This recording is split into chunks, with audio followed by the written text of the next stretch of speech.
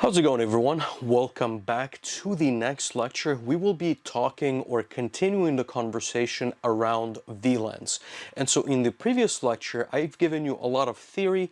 I want to get a little bit more practical, but still explain a little bit deeper how VLANs actually work. And in order to do that, we will need to take a step back and reference one of the earlier lectures and talk about how packets are being sent on a subnet. And ultimately, we will progress towards what's called managed switches or managed even layer 3 switches, as well as routers. And so this can be of many different shapes and sizes. As you can see, I have this massive Cisco switch here on my desk, as well as a much smaller industrialized Moxa 8-port switch, and we will be getting into those conversations. But before we start configuring a switch, we need to understand the actual functionality of the device. And so to go a step back, right, so once again, remember that if we have a unmanaged switch, so you have multiple ports, and in this case, let's just draw 8 as I had shown you in the lab session, we can basically plug in our laptop in any one of those ports and we can communicate, right? So let's assume that this is our PLC, this is our HMI, and let's assume that we have a VFD, right? So variable frequency drive, and those are going to be, once again, as long as we have everything connected on the same subnet with the proper IP addresses as well as the subnet mask, we should be able to communicate between any one of those devices. And so again, what I want to remind you is that we have basically now 3 things to configure that we can configure, and that is going to be our MAC address, so MAC, we have the IP address, and now we have what's called a VLAN. And so in this case, because the switch is unmanaged, it is incapable of processing VLANs. Therefore, we are unable to segment this based on VLAN ID like we discussed in the previous lecture. But it is also unmanaged to the point that it is unable to create what's called a MAC address table. So what does that actually mean? If you have a switch that receives a packet on a port it does not have a destination for, it is going to what's called flood the ports. And so basically I want to make that point very clear, and again, this is not a critical point for you to understand on the OT side. This is more of an IT concept, but I do believe it builds your understanding of VLANs, as we will talk about them in quite a few details. So imagine that for a second you issue a ping command. So your basically laptop is going to send a packet, and again, you don't need to know the functionality of a packet, how it is built.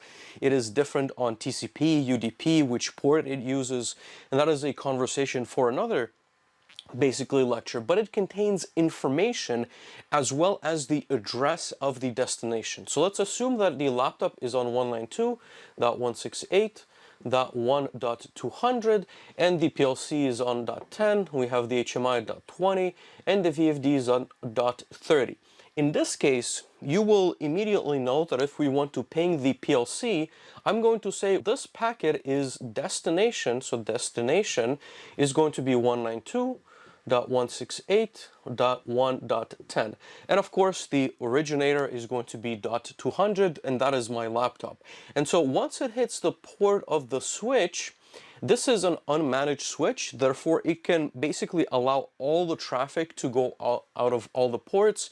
It's going to send the traffic to the PLC, it's going to send the traffic to the HMI, and it's going to send the traffic to the VFD.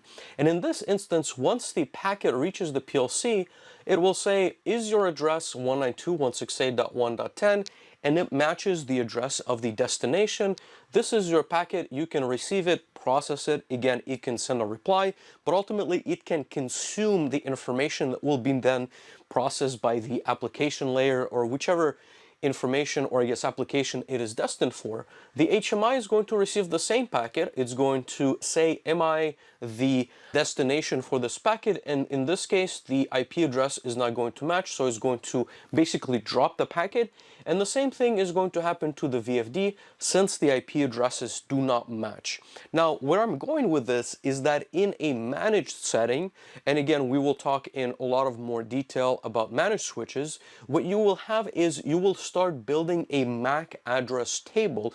And a MAC address table will basically allow the switch to learn the MAC addresses as well as the IP addresses of the devices associated with every port. So what do I mean by that is, let's assume that for a moment that this is port 1, this is port 2, this is port 3, this is port 4, this is 5, 6, 7, and 8. And again, depending on the brand, they might be 1, 2, 3, 4, 5, 6, 7, 8, or they could be basically the way I've laid them out. So let's assume that port 1 is going to receive the packet from the laptop before it has received anything. In this case, let's assume, again, the MAC addresses, I've given you the nomenclature, but let's assume this is AA, this is going to be BB, this is going to be CC, and this is going to be DD. Of course, it's a lot more octets than that. In this case, it's going to say I have AA, which is the MAC address, and it's going to be associated with 192.168.1.200, and that's going to be the first step of processing the packet, the ping that we've sent with our laptop. Once it goes out to ports 2, 4, and 6, as I've mentioned, the PLC is going to be the only one that confirms the receipt of that packet successfully. It's going to say that port 2 is now associated with BB, is going to be 192.168.1.10. Similarly, it's going to map ports 4 and port 6 because it will drop that packet, and again, it's going to be CC, DD, and in this case, it's going to be .20.30. Where am I going with this? In the event that it receives a secondary packet, so let's assume that the laptop pings the HMI again, the switch in the managed side is now going to know the HMI is going to be 192.168.1.20, and the destination of that specific packet is .20. Therefore, I'm only going to send out the packet on port number 4, and this makes it so that you don't flood your basically network with packets where your switch knows there are no devices with that specific MAC and or IP address. Now, going back to the concept of VLANs, just as we have done with the different ports in terms of IP addresses and MAC addresses, we can also configure different ports to have the configuration of different VLANs. And so again, I just want to make a little bit of space, so I'm going to erase what we have drawn here. We can start assigning, and we're not going to talk about IP addresses much more, we can assign ports to have specific VLANs permitted. So in this case, let's assume that port number 2 is going to be VLAN 10, port number 4 is going to be VLAN 20, and port number, this is going to be 6, this is going to be VLAN 30. In this case, if I'm going to put my laptop and assign a VLAN ID to the laptop, which is abnormal, and again, to take a step back a little bit, so depending on the port configuration that the device is plugged into, the port can assign automatically a VLAN to the device that has no known VLAN. And this is a configuration that we're going to talk about. But imagine that I also put this port to VLAN 10, for example, so VLAN 10, and I'm going to put port 3 on 20, and I'm going to put port 5 on 30. In that case, if my laptop is plugged into port 1, I can only bridge to VLAN 10 in this case, right? And this is without any routing or without any layer 3 capabilities. My two ports here, port number 1 and number 2, are only going to accept devices for VLAN 10. Therefore, I can ping my PLC without any problems.